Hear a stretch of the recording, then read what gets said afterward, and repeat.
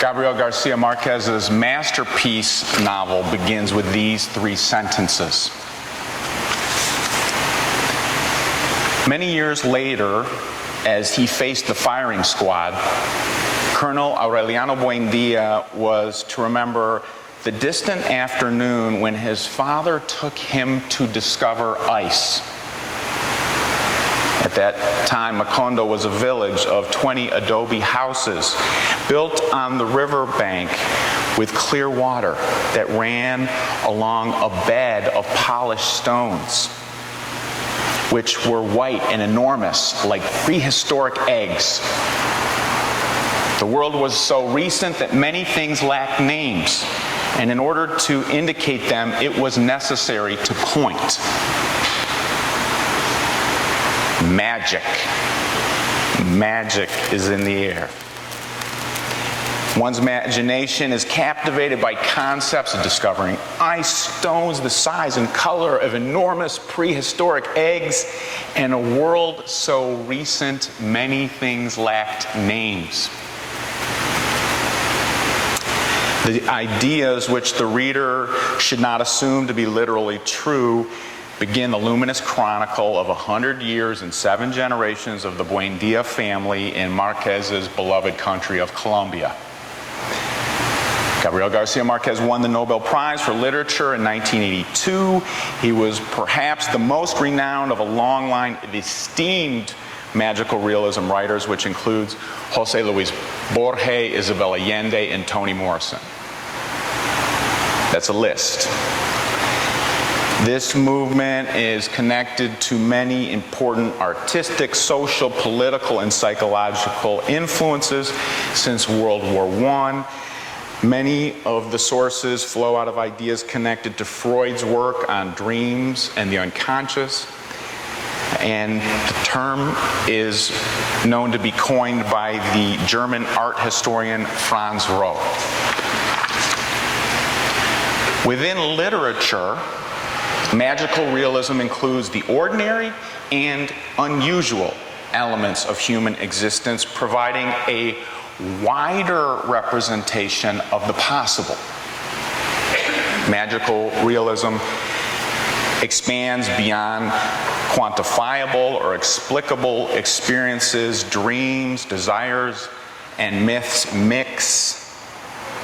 Questions, explorations, and answers intangibly flow together. You're not always sure what is what, and at times, with baffling confusion, history, the present, and the future weave in a gorgeous tapestry. Now, Unitarian Universalism, especially Unitarianism, have not always embraced dreams and metaphors. At times, folks have fiercely rejected them as hurtful.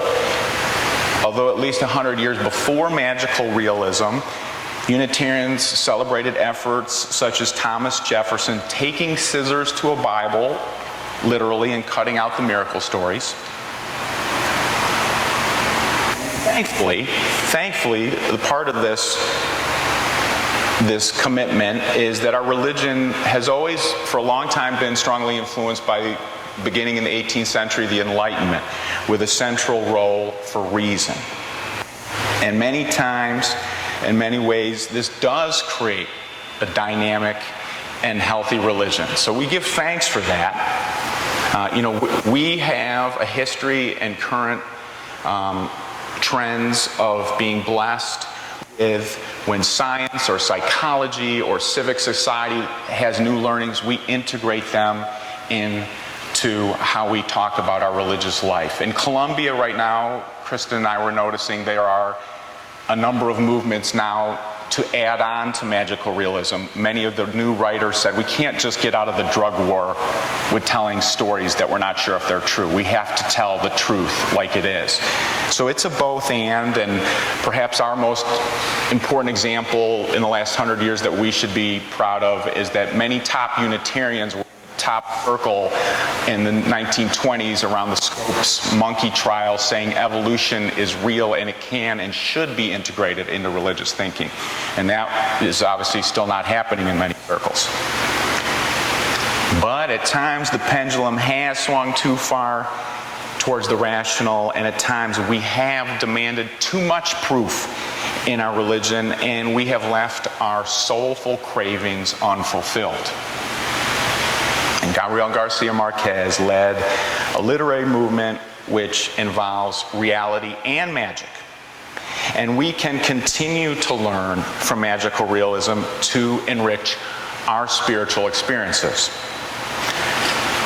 Marquez published his autobiography, Vivir para contarla, which was translated Living to Tell the Tale. And for those who have always adored him, it's a fascinating look into the mind and perspectives of this man who gave so many gifts to the world. He reflects on his understandings of good fiction. And as with most human beings, seemingly small vignettes from growing up illustrate the development of his worldview. When his family was living on the Caribbean coast of Colombia, his father was a doctor. And one day, a highly distraught man, believing that someone had cursed him by placing a monkey in his abdomen, came to his father. Marquez's father felt that the case was beyond his own medical capacities, and he referred the man to a surgeon in the village. And the man went to the surgeon, who did not find the monkey, but did find a formless monstrosity with a life of its own. Reflecting back from adulthood, the possible medical or scientific questions are not what take up Gabriel's attention. The most significant learning for Gabriel was that the patient was convinced that the curse originated in the only location where it could be removed. In fact, everyone in that region knew that La Sierpe was a magical center of blessings and evil curses, and could only be reached by traveling through steaming bogs.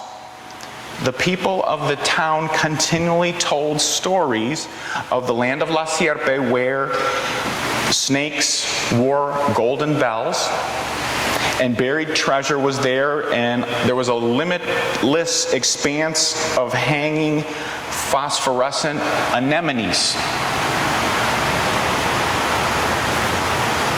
Another story comes from Gabriel's young adulthood. He was riding a train when a fawn, half man, half animal, came on board of the train as if nothing unnormal was happening.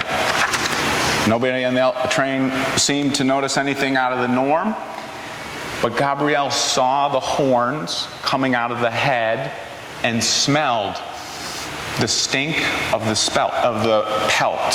He smelled the animal. When Gabriel got home, he couldn't sleep well. He talked to his roommate about the vision, and looking back, Gabriel said, in the end, the essential thing for me was not if the fawn was real, but that I had lived the experience as if it were. And for the same reason, real or dreamed, it was not legitimate to consider this as a bewitchment of the imagination, but as a marvelous experience of my life. What are the marvelous experiences of your life? What are they? Hold them dear to your heart. These types of experiences help to explain how Marquez wrote 100 Years of Solitude, which is known as a giant metaphor encoding much of the entire history of the Americas. Marquez plays with images in a way that makes the reader think she might be starting off where the book of Genesis left off, discovering ice and founding a town in the swamps of Colombia. The Buendia family go back and forth between the known and the mysterious. Marquez completed the book in '67 when he and others had strong criticisms of modernization. And modernization of the town brings a plague of dead birds falling from the sky.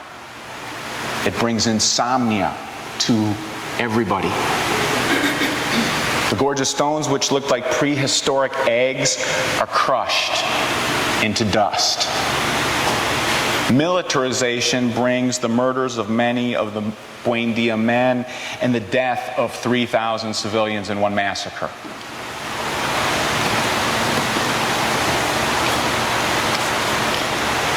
Throughout his writing, Marquez tells many stories of people going to heaven and angels coming down.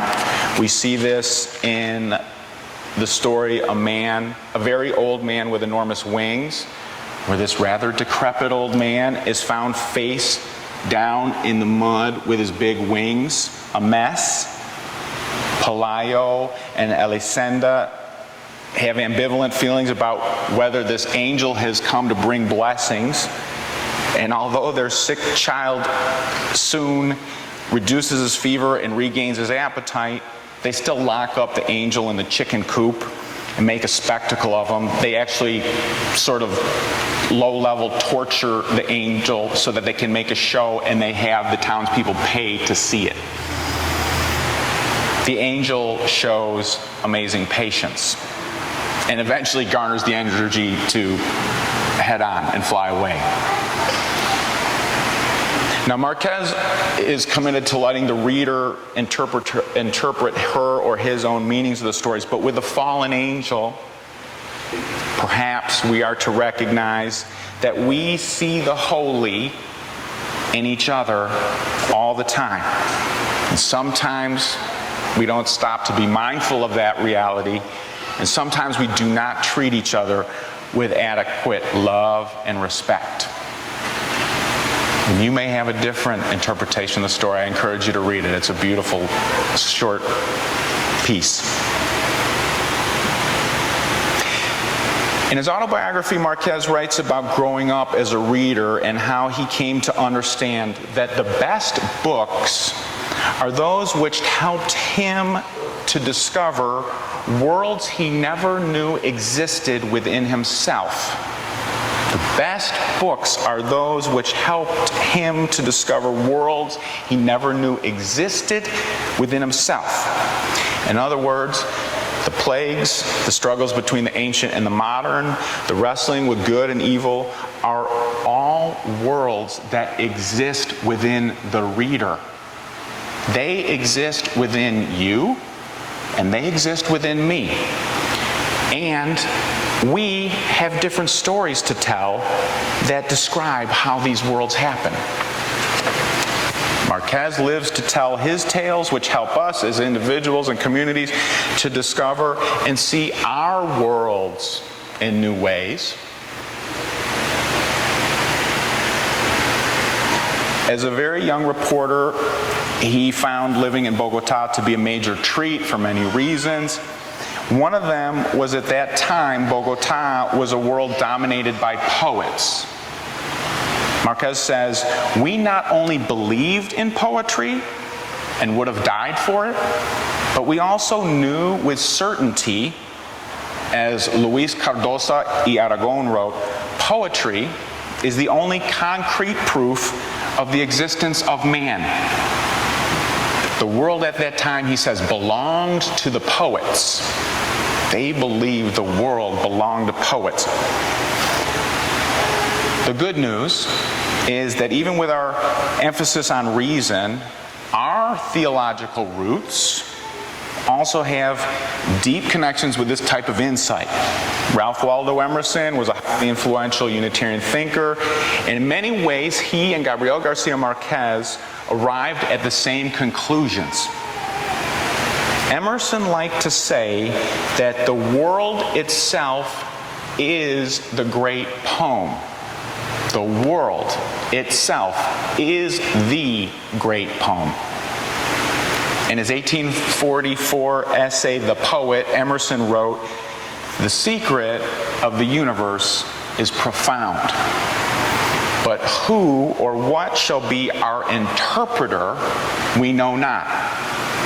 For the experience of each new age requires a new confession, and the world seems always waiting for its poet. I'll bet you are a poet. And I'll bet you have a word or a phrase or a line or a poem in you. You might not call it a poem, but that has come out and you haven't seen for a while, or you want to come out. But share your poetry. Share your words. We're going to hear a poem from Gary in a little bit that he wrote for today in a song. In our religious tradition, we've embraced Robert Fulghum, Joseph Campbell, E.E. Cummings, many feminist theologians, highlighting the importance of myth and stories in our religious lives. We have tried to heed the call of Langston Hughes, who inspired us to hold fast to dreams, because without dreams, life is like a frozen field. As human beings, we are starved for narratives and stories. Do you know that feeling when you sit down to watch a movie in front of a video, or in a movie theater, you sit down and you just think, yes, give me the story, show me, feed me. We need a lyrical religion to feed our souls. We need poetic, engrossing, mesmerizing spiritual language in our spiritual lives. As our world becomes more connected and in many ways smaller with globalization, we need more than ever to embrace and respect the stories, myths, and memories of diverse communities. Wade Davis is an ethnographer who studies indigenous peoples around the world. He reminds us that storytelling does change the world every day. He believes that hearing the stories of the world helps individuals to realize that the world into which you were born is just one model of reality. These other cultures are not failed attempts at being you. They are unique manifestations of the human spirit. Davis reports on a brilliant array of dreams, myths, and stories from people around the world, and he worries terribly that the sacredness of different cultures are being lost. Today, there are nearly 7,000 languages which are spoken worldwide, but only about half of them are being taught to children. When a language is no longer spoken, it's very difficult for that culture to keep alive its unique wisdom and way of life. And we all lose. And at a time when the world needs all the good ideas when it can get, we're quickly losing cultural diversity and the wisdom of differing minds, perspectives, and experiences. Now, I believe that these issues of international economics, politics, religion are highly complicated, and I'm sure that many of us get overwhelmed and feel a bit incapable of having any effect on these current trends. What am I going to do about that? We know, though, that like many spiritual issues, we can always work in our local communities and on ourselves. Here we have some power.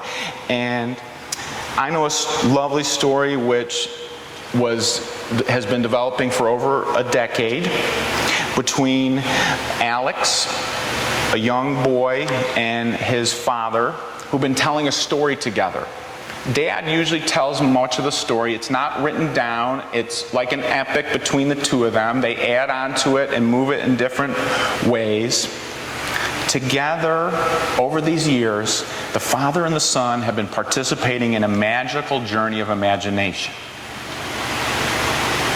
I'm sure, in different shapes and forms, that many of your friendships or homes or families engage in some kind of similarly wonderful telling of stories.